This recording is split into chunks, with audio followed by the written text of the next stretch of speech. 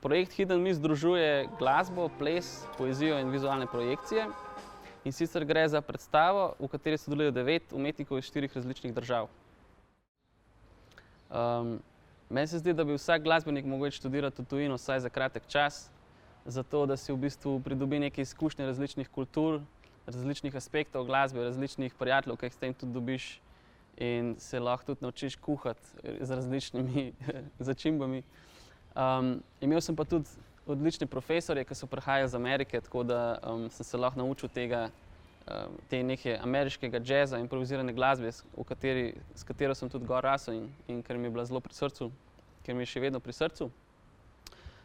Jaz pa mislim, da sem pustil nek vtis, da sem dal vse od sebe in da je mogoče ta konzervatorij zaradi tega tudi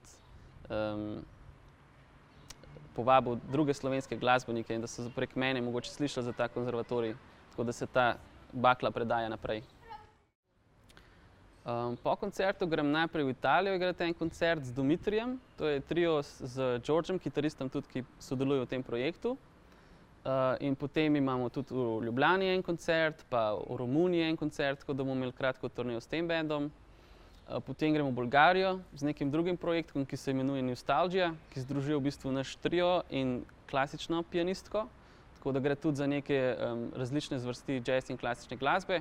Septembra se pa vračam nazaj na Nizozemsko, kjer me čaka tudi pisanje glasbe za nek nov kratek film.